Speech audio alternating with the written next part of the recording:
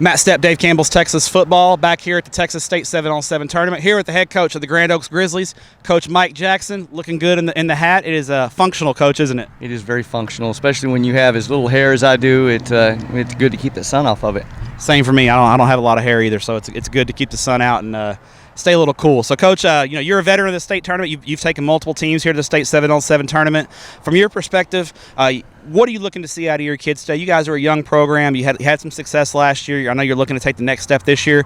What do you want to see from your kids this weekend? I mean, this is a big deal for us, obviously, because our kids know nothing about it. And you're right, Matt. This is the 10th time that I've had teams go. But honestly, we normally don't do that well here because we're a run-first team wherever I've been, Lamarck, Chavez, now here. We're going to run the football. And so, but we also understand the importance of being able to throw the football and how that makes you more dynamic, and then consequently cover the pass because so many teams run the spread. So we're in for an eye-opener. Our kids are going to step up. This is the best of the best. Anything that we do here on the field is a bonus. We're playing with house money, but just the experience and seeing the excellence that's out here this weekend is going to do wonders for our kids. Last year, you guys, not only did you have the difficulty of being a first-year program and playing in a tough district in Conroe ISD, but, obviously dealing with the pandemic and everything else that went with it, the protocols and everything else. This offseason, it was a more normal offseason, way more normal than before.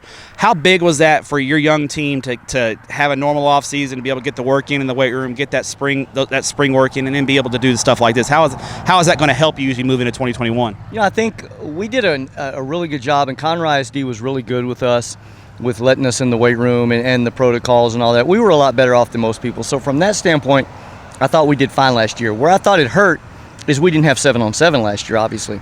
And I thought it hurt our throwing game and our throwing progression because we are a wing T team. So our quarterbacks we rotated 2, and they had an 11-2 touchdown interception ratio. Well, that's good on paper, but normally with our offense, if our quarterback has a good year, it's a 21-3, 22-5 ratio, something like that. Because when we do throw the ball off that play action, we usually have somebody running open.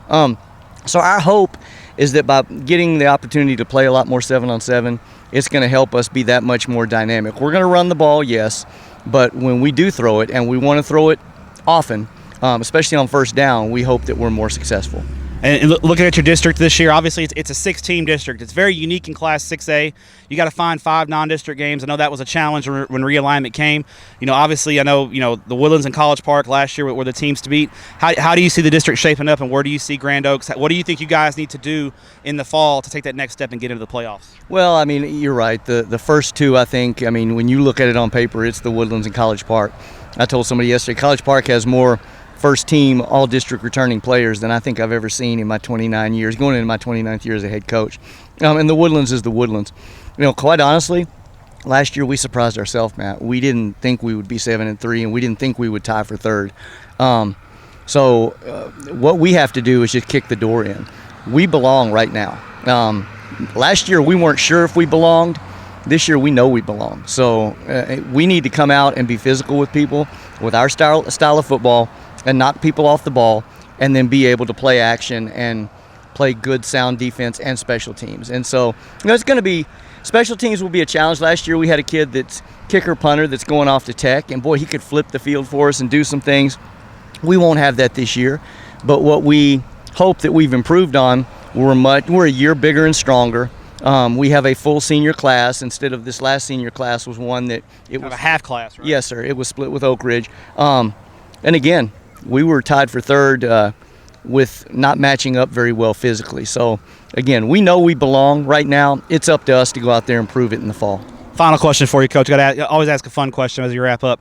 After a win, what's the post-game meal of choice for Coach Jackson? What are you going with after a big win on Friday night? I'm going to be honest, and Matt, you've known me for a long time. I eat one meal a day, and I usually don't eat afterwards. So you too fired up? They go with the whole fasting thing, and you fast this and that, and I've just always pretty much ate one meal, which has probably served me well over the years. Most, they used to say you should eat a bunch of little bitty meals, but now what I will do is it will be a Diet Mountain Dew or a Pepsi Zero right after the game, and I'll down that thing in about 3 gulps. So it's a liquid diet. There you go. Coach, appreciate your time. Congrats on the success starting up this new program at Grand Oaks. Congrats to your kids for making the state 7-on-7 tournament, and we appreciate what you do for student athletes in the state of Texas. Hey, and thank you guys, you, Stepp, everybody else. Y'all do a great job of promoting this and promoting the great game of football in the state of Texas. Thanks, Coach. Appreciate you. Yes, sir. All right, awesome.